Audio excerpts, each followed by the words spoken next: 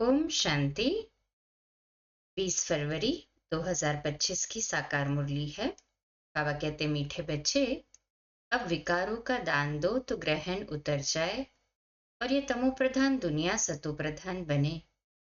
प्रश्न: तुम बच्चों को किस बात से कभी भी तंग नहीं होना चाहिए? उत्तर: तुम्हें अपनी लाइफ अर्थात जीवन से कभी भी तंग नहीं होना चाहिए, क्योंकि ये हीरे जैसा जन्म गाया हुआ है। इनकी संभाल भी करनी है। तंदुरुस्त होंगे तो नॉलेज सुनते रहेंगे। यहाँ जितना दिन जिएंगे कमाई होती रहेगी, हिसाब किताब चुकता होता रहेगा। गीत है ओम नमः शिवाय। ओम शांति। आज सद्गुरुवार है। तुम बच्चे कहेंगे सद्गुरुवार क्योंकि सतयुग की स्थापना करने वाला भी है। सत्यनारायण की कथा भी सुनाते हैं, प्रैक्टिकल में नर से नारायण बनाते हैं। गाया भी जाता है, सर्व का सद्गति दाता, फिर वृक्षपति भी है। ये मनुष्य सृष्टि का झाड़ है जिसको कल्प वृक्ष कहते हैं। कल्प कल्प अर्थात 5000 वर्ष बाद फिर से हूबहू रिपीट होता है। झाड़ भी रिपीट होता है ना। फूल 6 मास निकलते हैं, फिर माली लोग जड़ निकाल रख देते हैं, फिर लगाते हैं तो फूल निकल पड़ते हैं। अब ये तो बच्चे जानते हैं।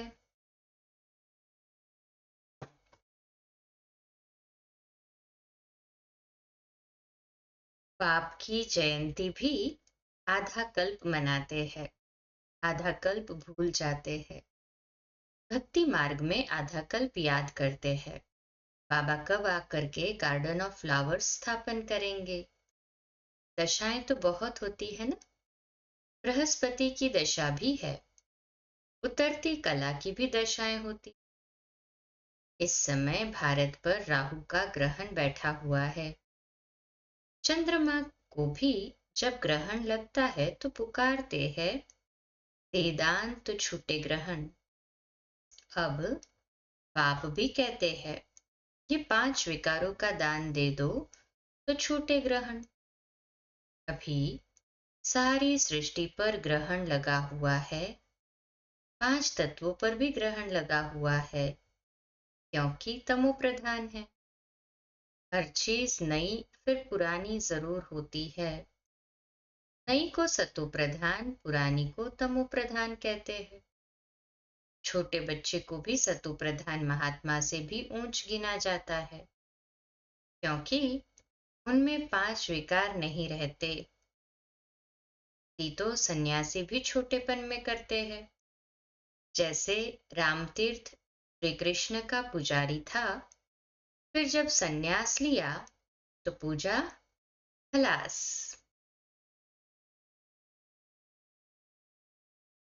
सृष्टि पर पवित्रता भी चाहिए ना। भारत पहले सबसे पवित्र था, फिर जब देवताएं वाम मार्ग में जाते हैं तो फिर अर्थक्वेक आदि में सब स्वर्ग की सामग्री, सोने के महल आदि खलास हो जाते हैं। फिर नए सिर बनना शुरू होते हैं।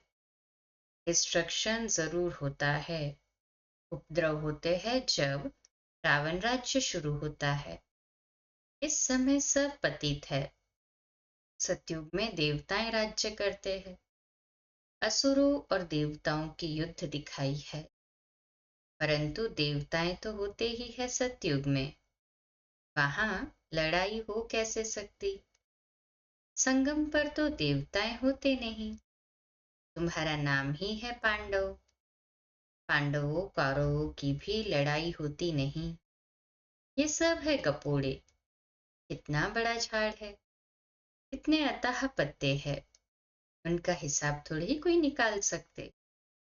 संगम पर तो देवताएं होते नहीं। बाप बैठ आत्माओं को समझाते हैं। आत्मा ही सुनकर कान हिलाती है। हिला रहे हैं सभी? हाँ जी बाबा, हम आत्मा हैं। बाबा हमको पढ़ाते हैं, ये पक्का करना है। बाप हमें पतित से पावन बनाते हैं। आत्मा में ही अच्छे व बुरे संस्कार होते हैं ना। आत्मा ऑर्गन्स द्वारा कहती है, हमको बाबा पढ़ाते हैं। बाप कहते हैं, हमको भी ऑर्गन्स चाहिए जिससे समझाऊं। आत्मा को खुशी होती है। बाबा हर 5000 वर्ष बाद आते हैं हमको सुनाने। तुम तो सामने बैठे हो ना, मधुबन की ही महिमा है। आत्माओं का बाप तो वह है ना, सब उनको बुलाते हैं। तुमको यहाँ सम्मुख बैठने में मजा आता है, परंतु यहाँ सब तो रह नहीं सकते। अपनी कारोबार, सर्विस आदि को भी देखना है। आत्माएं सागर के पास आती है, धारण कर फिर जाए औरों को सुनाना है। नहीं तो औरों का कल्याण कैसे करेंगे। योगी और ज्ञानी तो आत्मा को शौक रहता है, हम जाकर औरों को भी समझाएं। अब शिव जयंती मनाई जाती है ना। भगवान उवाच है। भगवान उवाच श्री कृष्ण के लिए नहीं कह सकते, वह तो है दैवी गुणों वाला मनुष्य, प्रीतिज्म कहा जाता है। अब बच्चे ये तो समझ गए हैं कि अभी देवी देवता धर्म नहीं है, स्थापना हो रही है। तुम ऐसे नहीं कहेंगे कि हम सभी देवी देवता धर्म के हैं। नहीं, अभी तुम ब्राह्मण धर्म के हो, देवी देवता धर्म के बन रहे हो। देवताओं का परछाया इस पतित सृष्टि पर नहीं पड़ सकता, इसमें देवताएं आ न सके। तुम्हारे लिए नई दुनिया चाहिए। लक्ष्मी की भी पूजा करते हैं तो घर की कितनी सफाई कर देते हैं। अब इस सृष्टि की भी कितनी सफाई होनी है। सारी पुरानी दुनिया ही खत्म हो जानी है। लक्ष्मी से मनुष्य धन ही मांगते हैं। लक्ष्मी बड़ी या जगदम्बा बड़ी। किसी ने कहा अम्बा। बाबा कहते अम्बा के मंदिर भी बहुत है, मनुष्यों को कुछ भी पता नहीं है। तुम समझते हो लक्ष्मी तो स्वर्ग की मालिक और जगत अम्बा, जिसको सरस्वती भी कहते हैं, वही जगत अम्बा फिर ये लक्ष्मी बनती है। हमारा पद ऊंच है, देवताओं का पद कम है। ऊंचते ऊंच तो ब्राह्मण चोटी है ना, तुम हो सबसे ऊंच। तुम्हारी महिमा है सरस्वती जगत अम्बा। उनसे क्या मिलता है? सृष्टि की बादशाही मिलती है ना। वहां तुम धनवान बनते हो, विश्व का राज्य मिलता है। फिर गरीब बनते हो, ये मार्ग शुरू होता है। फिर लक्ष्मी को याद करते हैं। हर वर्ष लक्ष्मी की पूजा भी होती है। लक्ष्मी को हर वर्ष बुलाते हैं। जगदम्बा को कोई हर वर्ष नहीं बुलाते हैं। जगत अम्बा की तो सदैव पूजा होती ही है। जब चाहे तब अम्बा के मंदिर में जाएं। यहाँ भी जब चाहो जगत अम्बा से मिल सकते हो। तुम भी जगत अम्बा हो ना, सबको विश्व का मालिक बनने का रास्ता बताने वाले हो। जगत अम्बा के पास सब कुछ जाकर मांगते हैं। लक्ष्मी से सिर्फ धन मांगते हैं। उनके आगे तो सब कामनाएं रखेंगे। तब सबसे ऊंच मर्तबा तुम्हारा अभी है, जबकि बाप के आकर बच्चे बने हो। बाप वर्षा देते हैं। अभी तुम हो ईश्वरीय संप्रदाय, फिर होंगे दैवी संप्रदाय। इस समय सब मनोकामनाएं भविष्य के लिए पूरी होती। कामना तो मनुष्य को रहती है ना, तुम्हारी सब कामनाएं पूरी होती है। ये तो है आसुरी दुनिया। बच्चे देखो कितना पैदा करते हैं। बच्चों को तो साक्षात्कार कराया जाता है। सतयुग में कैसे श्री कृष्ण का जन्म होता है। हाँ तो सब कायदेशीर होता है, दुख का नाम नहीं रहता। उनको कहा ही जाता है सुखधाम। तुमने अनेक बार सुख में पास किया है, अनेक बार हार खाई है और जीत भी पाई है। अभी स्मृति आई है कि हमको बाबा पढ़ाते हैं। स्कूल में नॉलेज पढ़ते हैं, साथ साथ मैनर्स भी सीखते हैं। वहां कोई इन लक्ष्मी नारायण जैसे मैनर्स नहीं सीखते। अभी तुम दैवी गुण धारण करते हो। महिमा भी उनकी ही गाते हैं, सर्वगुण संपन्न। तो अभी तुमको ऐसा बनना है। तुम बच्चों को अपनी इस लाइफ से कभी तंग नहीं होना चाहिए, क्योंकि ये हीरे जैसा जन्म गाया हुआ है। इनकी संभाल भी करनी होती है। तंदुरुस्त होंगे तो नॉलेज सुनते रहेंगे, बीमारी में भी सुन सकते हैं, आपको याद कर सकते हैं।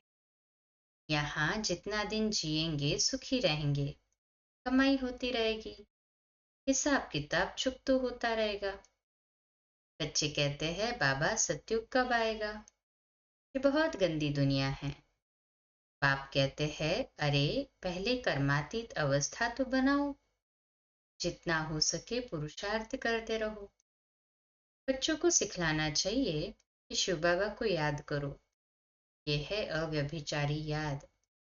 एक शिव की भक्ति करना वह है अव्यभिचारी सतोप्रधान भक्ति। फिर देवी देवताओं को याद करना वह है सतो भक्ति।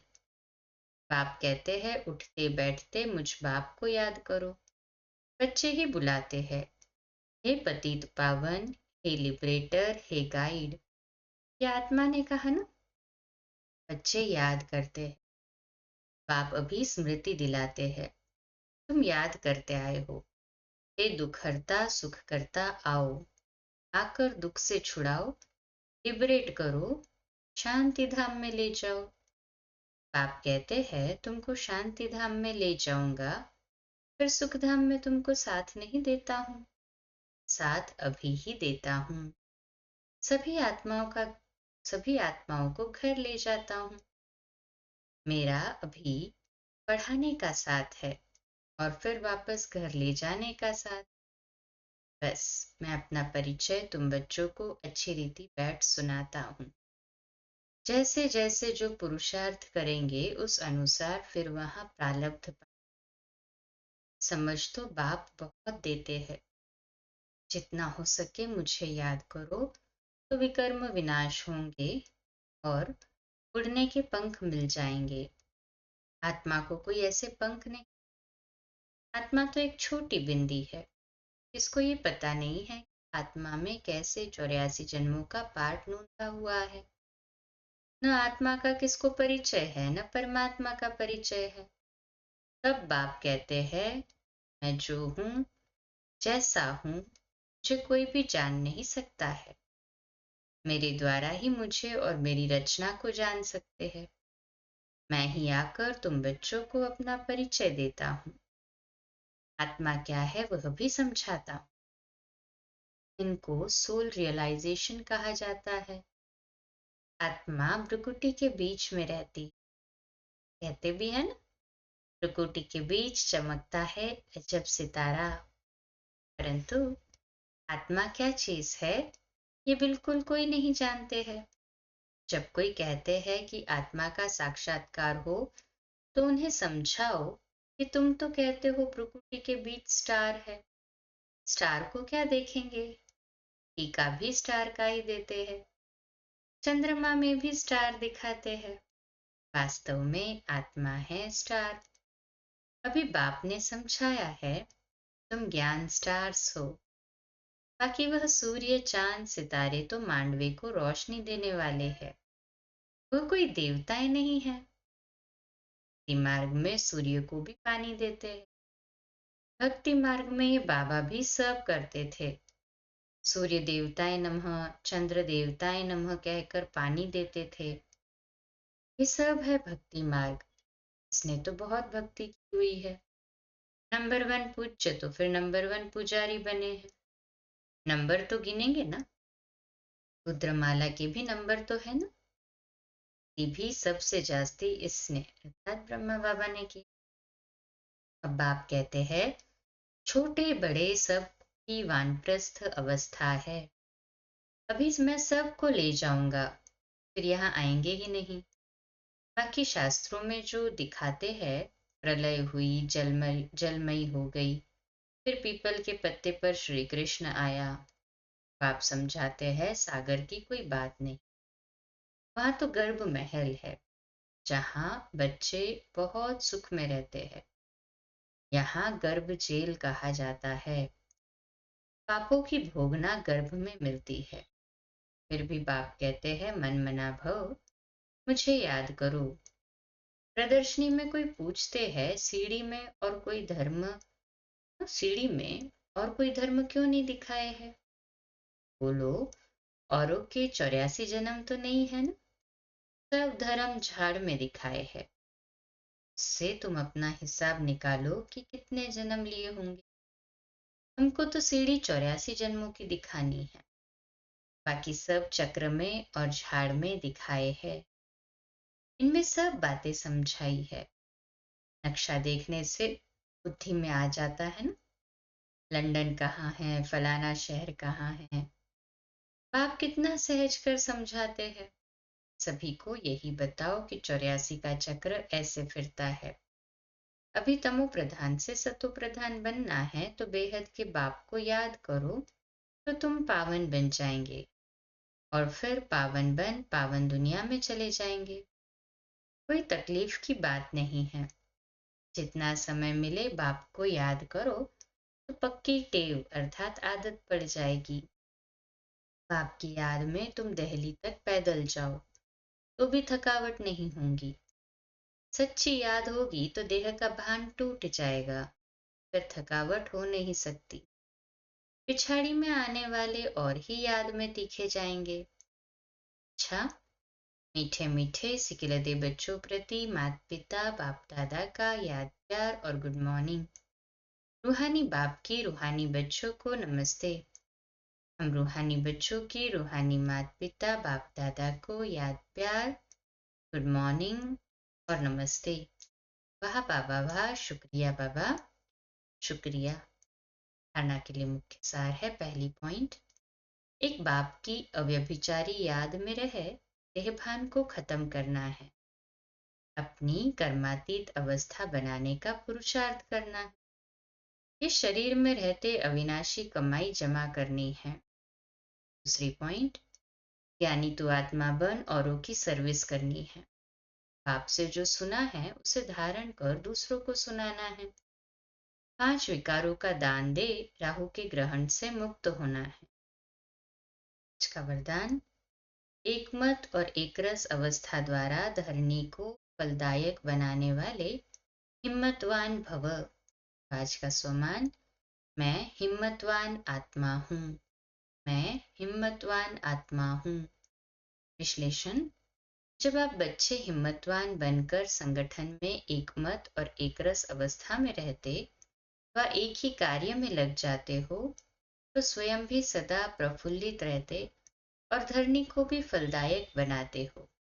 जैसे आजकल साइंस द्वारा अभी अभी बीज डाला, अभी अभी फल मिला, ऐसे ही साइलेंस के बल से सहज और तीव्र गति से प्रत्यक्षता देखेंगे। जब स्वयं निर्विघ्न एक बाप की लगन में मगन एक मत और एक रस रहेंगे तो अन्य आत्माएं भी स्वतः सहयोगी बनेंगी और धरनी फलदायक हो जाएगी। स्लोगन है, जो अभिमान को शान समझ लेते वह निर्माण नहीं रह सकते। व्यक्ति इशारा, एकांत प्रियवन एकता और एकाग्रता को अपनाने का।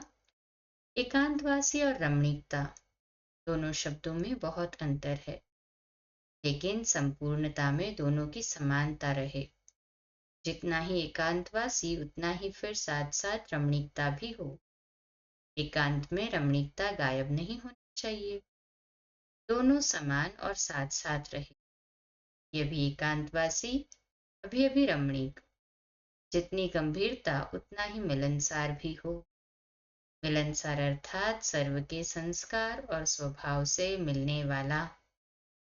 अच्छा, कम बोलो, धीरे बोलो, मीठा बोलो, सत्य बोलो, सोच समझकर बोलो। निमित्त भाव, निर्माण भाव, निर्मल वाणी। ओम शांति।